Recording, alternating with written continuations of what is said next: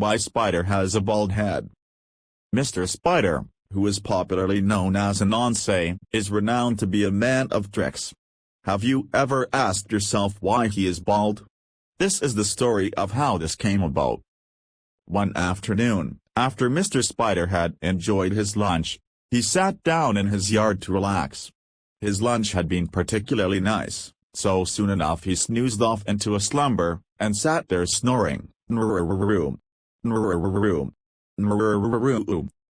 Suddenly there was the sound of someone knocking on the door, and this woke him up.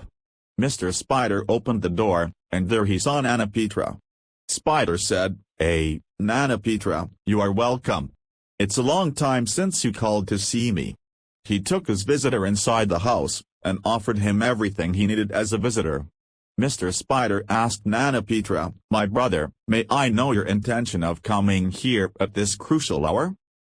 Nana Petra paused for some time, then spoke solemnly, "It is sad news I bring you, Brother Spider." Hearing this, Mr. Spider was confused and asked, "What is this sad news that you bring, Nana Petra?" Nana Petra continued, "Your Majesty, Mr. Spider, I am very sorry to announce to you the death of my father, Ejamimu."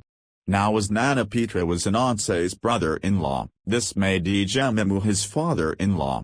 When Anansi heard the news, he could hardly believe it. So he asked his brother again, "Nana Petra, are you joking or are you serious?" Nana Petra assured him that he was not joking, and eventually Anansi understood that his dear father-in-law was no more. Before Nana Petra left again, he told Anansi that the funeral and the rites would be held 3 days later in the residence of his late father-in-law. After Nana Petra left, Anansi went to see his close friend, Mr. Dog, and told him he would very much like him to accompany him to the funeral and last rites of his departed father-in-law. Mr. Dog agreed. When it was time to go to the funeral, Mr. Spider told his friend Mr. Dog he should carry along his guitar, so they could play some mournful tunes at the funeral ground. They slowly made their way to the house where the funeral was taking place. Mr. Spider had dressed himself in some very expensive cloth and put on a large dark hat to show his respect for the deceased. When the friends arrived, everybody was very excited, in spite of the fact that there had been a bereavement, because Mr. Spider was such a well-known and great personality. They were very happy to see him there, and he was offered one of the best seats in the house. Shortly after, Mr. Spider asked the people to excuse him and went into the kitchen, where he found a large pot of beans on the fire. Mr. Spider removed his hat, and dished a large quantity of the beans into the hat, which he then put back on his head, even though the hot beans made him squint. When he came back to his seat, he and his friend Mr. Dog were offered food. Mr. Dog ate all the food given him, but Mr. Spider refused to eat. He explained, "I can never eat, since I am so bereaved because my great father-in-law is no longer alive." Mr. Spider insisted that he would not touch any of the food.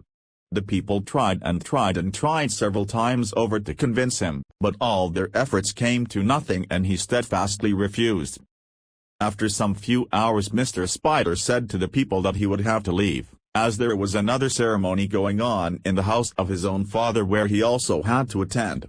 The people once again tried to persuade him to eat something before departing, but again he steadfastly refused. While Mr. Spider had been talking to the people, he had been nodding his head. He didn't want to nod his head, but he couldn't help it. The movement was forced on him by the heat of the beans inside his hat. Some of the people noticed that he was nodding his head rather a lot, and one of them asked, "Dear Mr. Spider, sir, why are you nodding your head so much?" He answered in a loud voice, "When it's hot like this, don't you all shake your head?" After that, Mr. Spider and his friend Mr. Dog departed from the funeral ground. On their way home, Anansi could not sustain the suffering the hot beans were causing to his poor head. The heat was just getting too much. He finally had no choice. With a great scream he removed his large black hat and the beans spilled out all over the street. Some people who had been walking along stopped to gaze at him, and others came out of their houses, attracted by the commotion. One said, "This man, he is a foolish man." Another said, "He is not normal. What normal person would carry beans inside his hat and cover his head with it?" Then Mr. Dog said to his friend, "My dear Spider, whatever happened to your beautiful hair?" Mr. Spider touched his head, and noticed that all his hair had disappeared.